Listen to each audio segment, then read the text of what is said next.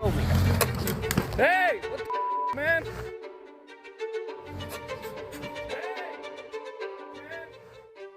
Tanya, the head of U.S. Border Patrol, just landed in Chicago, where a protester near the Immigration Processing Center made contact with a vehicle. All right, whenever you're ready, talk about your experience. Talk about what's been happening here in Broadview and how it's affected the community and your experience of all what happened yesterday. You want to see what real independent journalism funded by the people for the people looks like? You ever heard a story like this in America? You're looking at it. Congratulations for always being somewhere where mainstream media is not. Flint, Michigan. See you in Nevada. Thanks to people like you, we can get the truth. Corporate media, they've been lying to us for years, and you're going straight to the people. You are the man. I'm glad you're here. For as low as 16 cents a day, you'll keep us on the ground, covering the important stories the corporate media covers up. So my name is Daniel, last name is Schaus. I've been out here Monday, I wasn't here Tuesday, and then I've been here for the last 2 days. Monday was a absolute fiasco. They had the most trigger-happy folks up on the roof. They unloaded hundreds of rounds onto us, and it was for the most, I think we at one point had only about 20 people out here on Monday, but every time a vehicle drove up, regardless if we were blocking it or just as long as we were on the sidewalk, they took aim and fired. Yesterday, everything was going pretty well. We were protesting, we went to the front and started protesting over there. Me and a couple buddies saw one of the ICE agents pull out and go and pull off onto the road from an area that isn't a road. We went over to investigate if there was maybe a road that we didn't see. And when we got over there, another vehicle that was ICE was coming in and actually pulled in through that spot, which went over a curb, through the grass, and then hit me on the sidewalk to get into the parking lot of Orkin and try to come around. And then they hit me going about 25, 30. I was tossed in the air, called the police, and as the police were showing up, before the police showed up, ICE had already started pulling around. They had 3 cars that were rushing to where we were.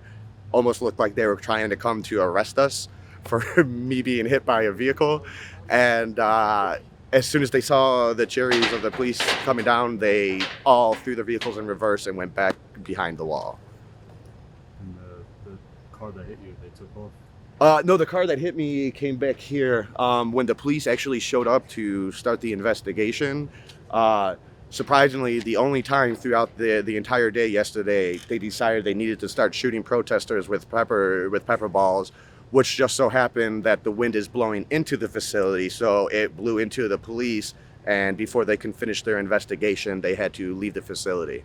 And so now they don't know which truck it is or anything like that. Even though the Orkin has a security camera that's right where the vehicle would have pulled, so they could have pulled the driver's license number from with that, and it doesn't look like they want to get involved with it.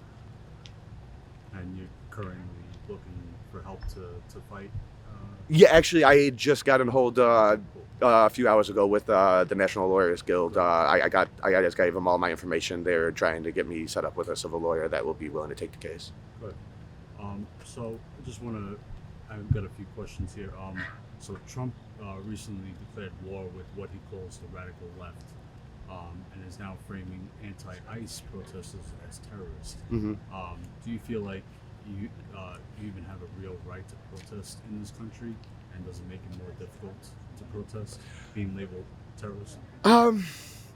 What I've come to realize is that the president's proclamations are about as worth as the paper that he wipes his ass with. They mean nothing. They're only there just to incite his conservative members, make them more angry at us, to look at us as not humans, that we're not citizens of this country, that leftists are not Americans, that we are the enemy to peace, and it's just absurd. There's just no logic to it. Any amount of data, any study you see shows that we have overwhelmingly been more peaceful than the right. Yeah. One more. Republicans seem obsessed with immigrants despite the real economic crisis worsening across the country, especially in cities like Chicago. Is all of this ICE terror one big distraction from the fact that people can't afford rent, housing, groceries, and just basic survival? Honestly, yeah, I think the way that they're using ICE to ferment terror throughout the country is directly related to the fact of just the cost of living for everyday human beings is becoming ridiculous. But he can keep you mad at the left, and instead of being mad that you can't afford to live, you can be mad because some leftist doesn't want ICE breaking the law. And one more. How's the community been? Are you're a resident of Broadview? I'm from Palatine. I'm like 30 Okay. minutes up, All right. 30 minutes north.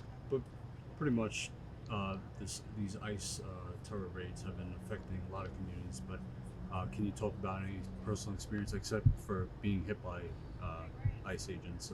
Well, like I was out here Monday, and I was one of their favorite targets. At one point, there was 3 people blocking one of their vehicles, and I was actually standing off on the side eating tacos, and all 3 guys on a roof lit me up about 30 times each. I was just head to toe covered in their powder, and had like 5 or 6 welts from the rubber bullets on my back.